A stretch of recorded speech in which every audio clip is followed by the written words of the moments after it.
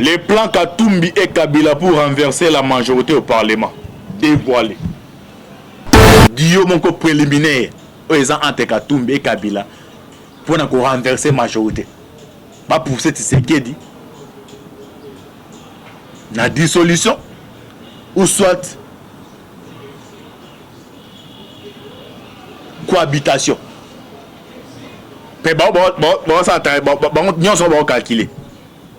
Il y a une année d'homme 2 ans pour Tshisekedi. Déjà, Ali Oyo, gouvernement Samba Lukonde, et sur élan, il y a que décoller malam pour freiner sur le plan politique. Sur le mon de défiance, crise de contre le gouvernement. Des scandales, tant ils ont perdu, ils ont profité de la banque. Les plans Katumbi et Kabila pour renverser la majorité au Parlement. Dévoilés. Bonjour, bonjour, bonsoir, bonsoir, la bande non sur la voix céleste. Mbote na bino mbote bozali, ebele, partout dans le monde. Bosa Rolanda biso par la internaute, na niveau États-Unis, na pesi bino so mbote. Nzambe, azana bino, to na niveau Europe. Na Suède, na moni maman, na mama Fatou, Nzambe apambola yo. Na Europe, na Belgique. Siwa mbanja, Nzamba azana yo. Na bosa inte vous dit ça, liebo moté en maman koni. Bosa na Asie, Océanie en Afrique. Sans oublier en République démocratique du Congo, Ezaline de Konabino, Moïse Maoka Antibal Nemiso Bolingara. Tolobate automesana ko ça la décryptage ya actualité politique. Oui ba situation ya mboka toza wapi tozo kende wapi tokosuka wapi. Merci mille de quoi c'est ma caméra John Oboki Bende. Équipe moi la voix céleste de ko Alvin Bernet to ba toujours lola eza ko futa Simon Tokoloba Zambia botorozo wapi. Bo continuer ko prier, ma casse pour la RDC. Bo prier ma casse pour na biso. Pour na to continuer ko sangolo ko pesa bino mukio tozana yango. Bien ba toujours eloko ezo sangisa biso eleki ezali ko Kabola. Ozo sangisa biso ezali Congo. Soki bo comprendre que ozo sangisa eleki ezo Kabola. Donc se mettre d'accord pour na évolution ya mboka.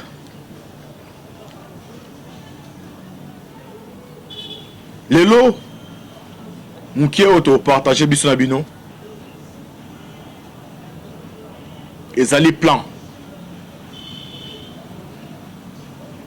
na bien au plan ya Katumbi na Kabila pour na ko renverser gouvernement ya Union Sacrée au cas où projet wana ba retient ordre du jour et ça plan oyo et en cours entre Katumbi et Kabila. Dans le poteau de numéro, les plans Katumbi et Kabila pour renverser la majorité au Parlement. Dévoilés.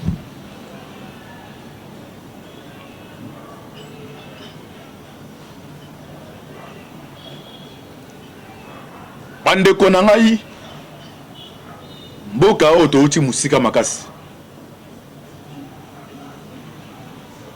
Ezana batu mususu bazwa katan rotanga kelasi te pona liti oyo.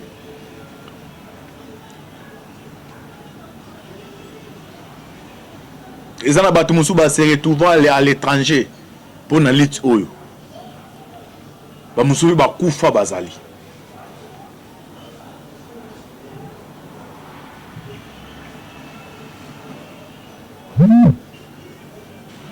Dans le l'autre fois, mokili oyo muto asali yango ezali Nzambe. Nzambe apesi mutu na mutu destin na ye. Destin on est pas muta mokili te et ou pas ye moko Nzambe. Et puis ce qui destin on ezali ya Nzambe. Ata bato mokili basangani. Basali nyonso. Soki Nzambe aboyi destin on esanini ekokokisama.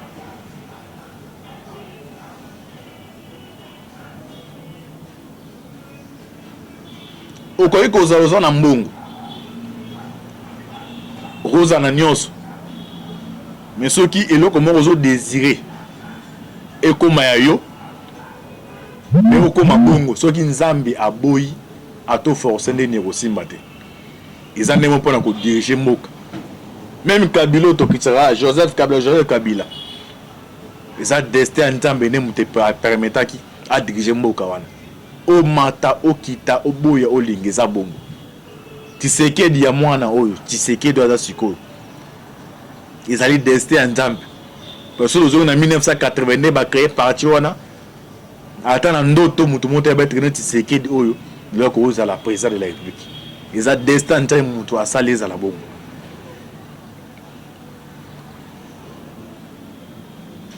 na bamboka mususu na kosenga na bakongolais fo ozala comme baterroriste terroriste ya kosala mabe te mais terrorisme mpona kodéfendre islam omonaka baterroriste ebele bakanga bango batia na Guantanamo l'air les américains bazoluka trace bebe esika Osama Ben Laden azali ata basali ndenge nini adevolaka secret te eza ndenge moko oyo mwana ya mboka fo azala mpona parti na ye azala na niveau wana oza ami ya tel boye bomfandi bomeli mais soki okomi likambo ya parti ata bapesi oni il faut défendre patrie Kadiombo est parti peut-être bakanisi azali mpona libota na ye akokisi yango te akende kobotola mwasi ya mutu moko te ayibaki eloko ya mutu moko te mais mpona kodéfendre patrie na loi moko eza simple so otalika bato yango bandeko yango ya ensemble nde baza kotepatepa eloko eza na bilo mosusu oyo ata oza na mbongo moya otufango eza te surtout histoire betufaka tokozala mbongo ndenge nini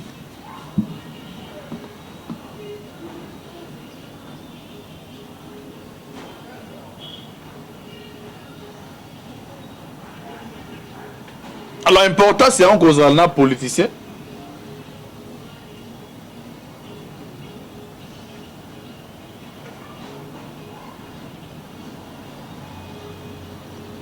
na kozala na militaire.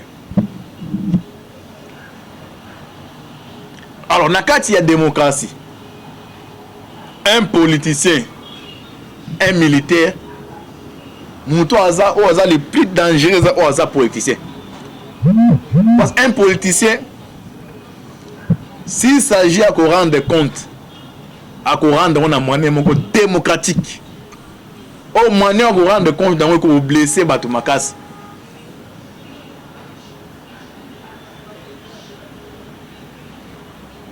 on suppose que loi oyo Tshisekedi aza sima nango alors zwa acharnement agitation oyo bandeko ensemble baza nango na loi Noël Tchani na tango ya Kabila oyo Kabila tche atie Katumba procès bela sa procès moko politique mais bato ensemble bazali na acharnement wana te alors eza différence eza nini aussi quand on suppose na répétons on suppose que non loi Noël Tchani c'est aza sima nango tala acharnement ya bato Katumbi o Katumbi aza awa o muta permettre azwa apese passeport wana ezali Tshisekedi tala acharnement aza encore Tshisekedi et puis ce qui est grave acharnement baosalela aussi longtemps que Katumbi aza ba ministre na kati ya gouvernement baza ko gérer mboka ok na tango Kabila tali Katumbi en exil a créé ba problème ata ba 10 mais acharnement ezaki ya bongo telo différence eza dit à quoi je n'arrive pas à comprendre Tshisekedi aza makila mabe ndenge nini pe bato basela bato bolamu ka bonde ba bata makila mabe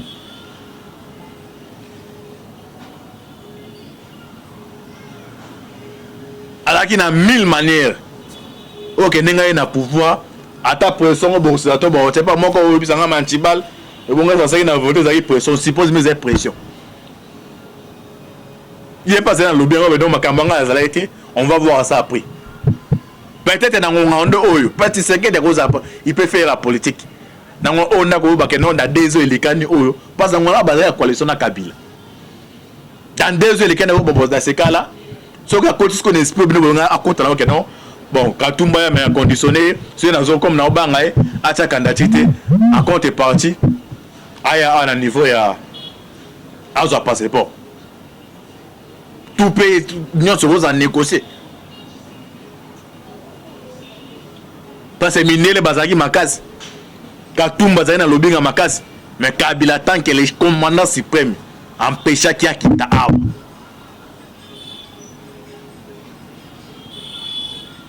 tu sais que les présidents ba mané wana kosala acha ba calculement politicien que non dans ce cas là comme je perds ne ba to musuba kaza za zo je perds de Katumbi na ça na nous à la veille mon ami na conditionné retourne ya PC passeport pour na za candidat tout ça na politique nous c'est ali mais dès que tu as du pouvoir en pleine coalition avec Kabila au Kablando traité Katumbi Jida bande ko botan la Bible Kabila vous pouvez condamner mais ndenge nzamba salelié à lobara boité mais so moni muta abimi Kabila Joseph abimi sa munna no ke Katumba la Jida il faut ce que to kota to landela Jida sango eza dit par rapport à quoi deux autant boba Jida ndenga zaki donc Jida zaki comme financier à Jésus-Christ et là que tout Jésus linga sala ne mutalibosa ndo bezaki Jida mais ndé mutalibosa tekaka Yesu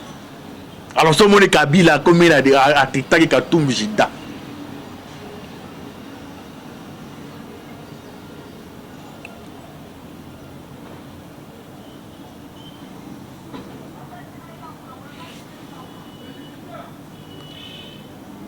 tata mosi nanga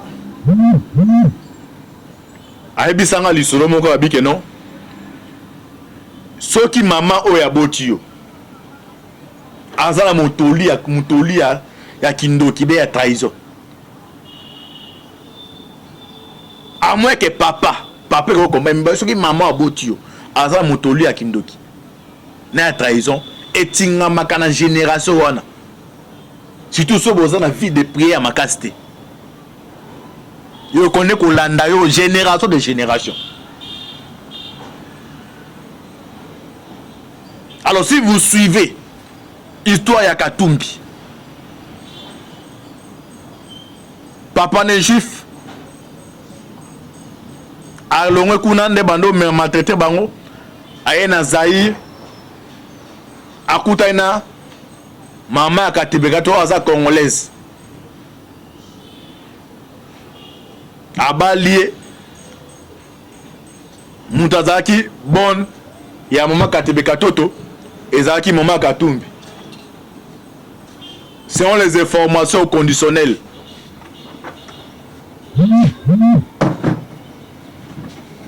après liwa ya mama katibeka toto nde les mêmes juifs à Bali mama ya Katumbi aza zambienne. Est-ce que liwa ya mama katibeka toto ezaki liwa ya maladi mais liwa ya nini?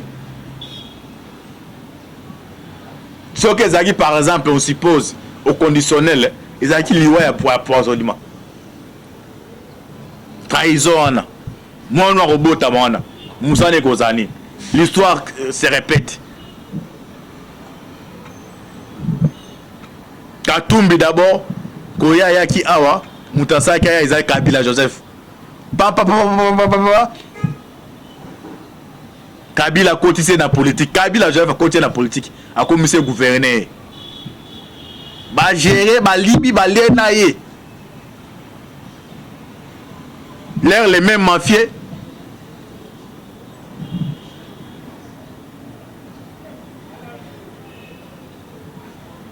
ba pese Katumbi goût ya pouvoir yende mutaliboso aki ateki Joseph era longwe pa ya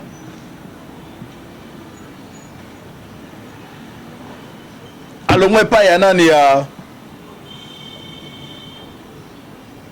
Joseph directement azaki na base solide azaki contrat composé na partie IDPS Tshisekedi ayebaka ete bandeko les premières rencontres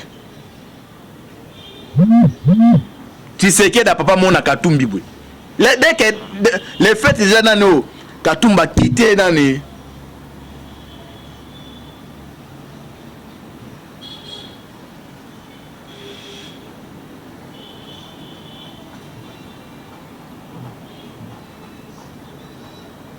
a quitté Kabila Moutoua Yambaki d'ao Moutaliboso les failles là ba rejeté que ba failles bah c'est à l'époque on a ba 2012 ba 2015 bo 2016 à l'époque secrétaire général à partir de Bezaki Mavungu o ba kene musika même ba que non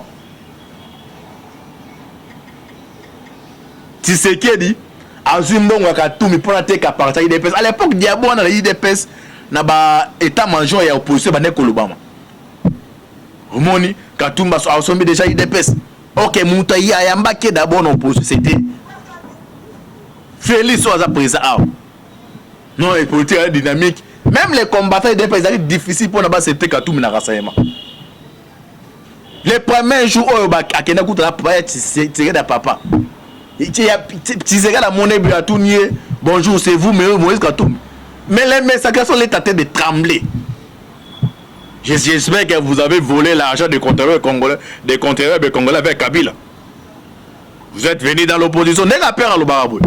Les racistes ici, mais à l'époque, docteur Loseki, tout le monde a l'histoire Belgique.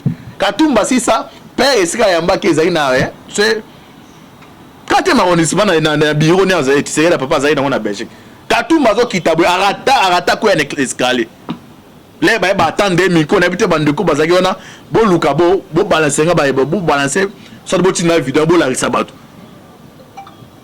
Katumba bi et abisi batu que non banda kota na politique c'est pour la toute première fois que tu as un politicien tu sais que di boiseau regarder ou Katumbi mutu na se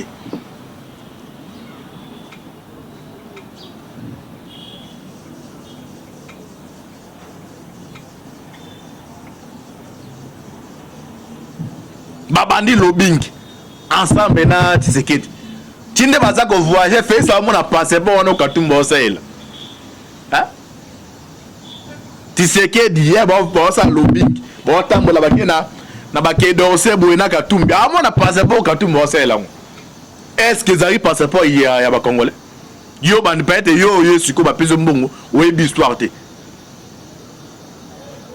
pate biso tozuta au mon passeport en beauté soit na réseau bon réseau passeport falsifié mais tu sais quelle est diplomatie na Katumbi fait ça bis oye Katumbi fait ça d'autres mon passeport wana osa si fait il est le chef de l'état il a peur de Katumbi na ba preuve vraiment mon abou mais l'histoire se répète l'enchaîner oui histoire ne s'est passé les loyo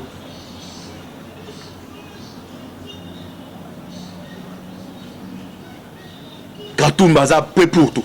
Alors, tu continues à plan. N'habite souris, tu peux permettre de zonga. Plan on a des discussions en cours.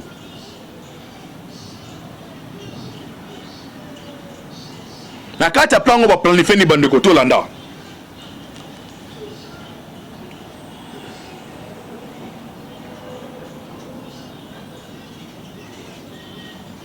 Les plans de Katumbi et Joseph Kabila.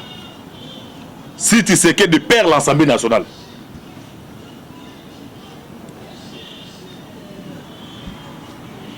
Avec 270 députés, la nouvelle majorité va pousser le gouvernement Sama à la démission via une motion de défiance. Parce que pour l'instant,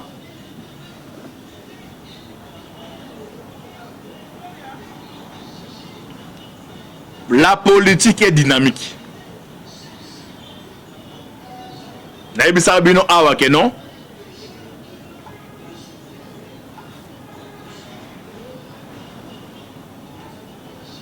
En 2023, le candidat bakoki soit balingaki bazala misato 3 coalition lingi esalema Bemba et Tshisekedi, Katumbi et Kamere, Fayulu et Kabila. Na Bemba et Tshisekedi, candidat, Katumbi et Kamere, Katumbi candidat, Kabila et Fayulu candidat. Maintenant déjà, loi Oezoya, si ça s'avère que nous avons ils ont adopté, Katumbi est écarté. A was obligé à composer na Kabila. Parce que Kabila n'est pas il y a comme les mutu. Ya, mon mutu a fait un pas. Donc donc tant déjà les cani. 18 ans dire ça que on a ils ont ma passe moi coco ça ta n'a le cas travailler moi cinéma ils ont ma passe. Mais nous allons mettre pour les politiques et Afrique et ça les ma ana unité. Et ben d'abord sur le plan international. Donc Kabila pour la zone en sous dans le niveau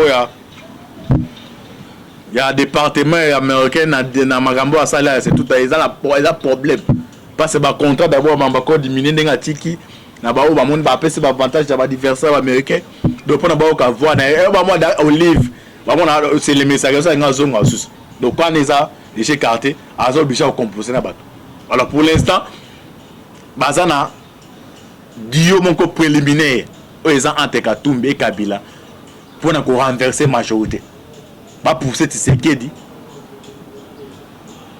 la dissolution ou soit cohabitation. Bon ça nous sommes calculer. Mais bien que na une année d'omra 2 ans pour na Tshisekedi. Déjà Ali Oyo gouvernement Samba Lukonde et su élan il y a que décoller malamu pour nous freiner sur le plan politique. Sur le une montre de défiance, crise de côté dans le gouvernement. Des scandales, tant de gens ils ont perdu, ils ont profité de la banque. Par but à Brésil, distanciation entre. Per plan de Zabon, distanciation entre coalition FCC cash. Ils ont une union sacrée. Dans ces cas-là, tant que coalition FCC cash va perdre qui, les mêmes temps coalition union sacrée va perdre. Échec il y a Tshisekedi en 2023 Tshisekedi a qui moyen travail madame na Kabila même ils sont en union sacrée dans ces cas là on va sur l'engagement politique na attaque c'est déjà que non je ne sais pas non soit donc le perdant Tshisekedi à date c'est on a essayer que là ça que non dans une difficulté na ba peuple congolais balamu plan ngweza ngwana alors donc quand tu as le bolanda plan ndingo salima tu étais permis de être aux à des épisodes bolanda avec des assemblées députés la nouvelle majorité va pousser le gouvernement Sama à la démission via une motion de défiance. Bien entendu ensuite nous allons revenir à la cohabitation cette fois-ci sans les ministres IDPS et INC bah que non Tshisekedi a kolinga cohabitation te parce que elle a une cohabitation boyebi ba transaction entre Tshisekedi na Kabila Shada kene museo le bakeno so ki IDPS ba mona keno biso na bango simba coalition simba te to ke na cohabitation Tshisekedi aboye cohabitation abomi coalition akena union sacrée alors quand tout ba ba poser Tshisekedi akena ni na Tshisekedi akena cohabitation babi Tshisekedi robo et on voit qu'il y a un niveau na dissolution ensemble sera dissoudre pour l'instant et ça les Kambouya mandat de Tshisekedi bon et aux préoccupés bon ya mwana alors on comprend des dégâts à Kindoki ya congolais donc Kindoki ya congolais donc comme yé azate comme intérêt les athées monde union se base à sacrifier. Y compris la crise aussi à Covid-19 dont Mouton a lâché, lynché, désavoué par les Congolais à Tshisekedi. Bah, qui d'abord non c'est ça moi.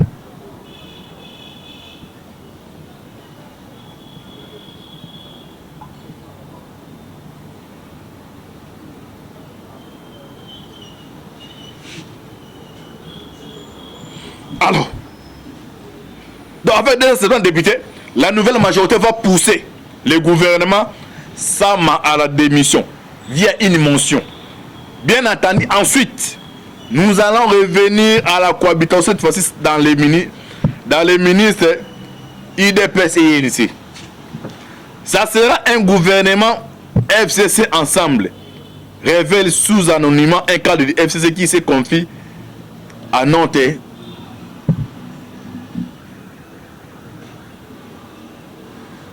Laboratoire.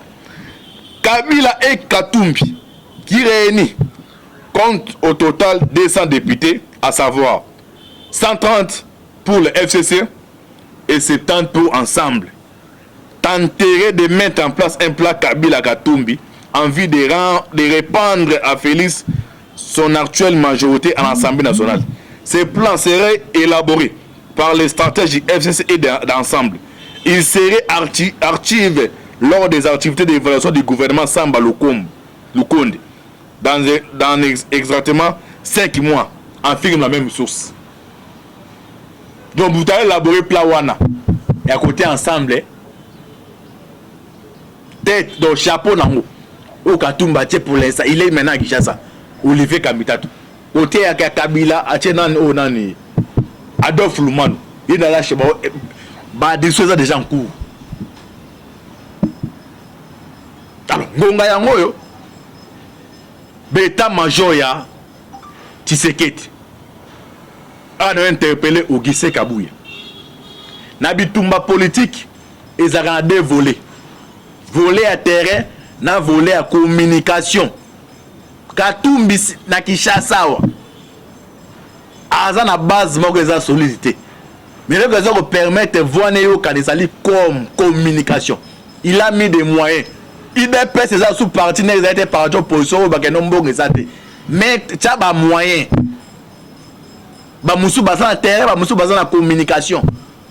Ata 50, même s'il s'agit par semaine, $1000 pour nous. Et ça, il me regarde le monde entier. Soyez besoin toujours l'esprit.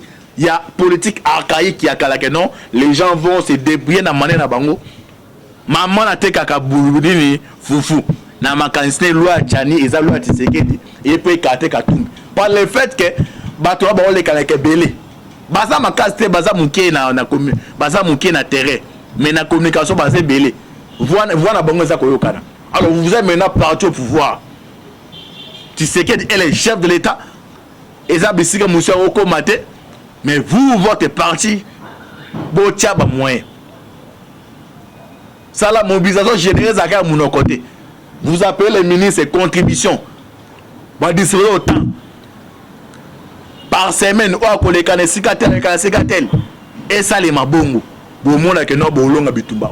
Mais si vous avez toujours des esprits à Kala, que nous, nous, les DPS, tout ça, la base, yomo, ça, non, et aussi, en politique, ça, la bitumba, ça, la communication, je joue à Kamakas. Et ça, bisika mususu oyo télévision za raté na Congo. Voyo lo bana yo kana kunate. Mais ce communication mo za bango ba sala wana yo kani. Tshisekedi déjà présent. Aoli aye moroté. Vous êtes là. Bilepe bosolia. Alors pouvez en danger. Bitumba Armageddon za Armageddon. Nazo ba eti azoluba. Les messieurs de Katanga, là, il a mis des moyens. Il a mis des moyens pour imaginer. Il a mis des moyens.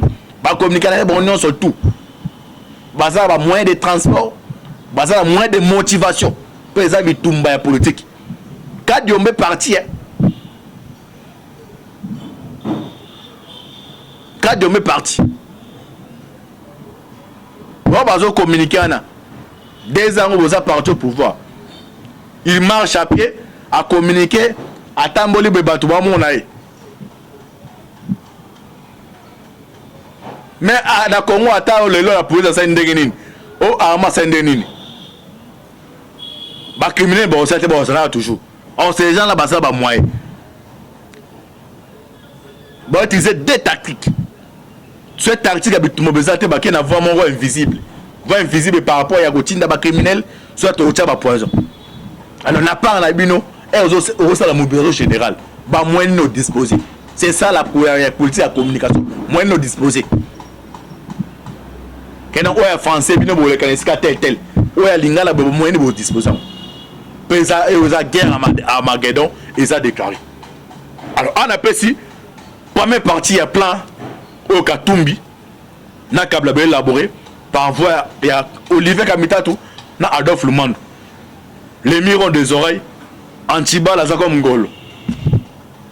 Aviva Kanakati ya mai. Soka bimina mukila biso ke no kuna nganda zo bela ko chatemete.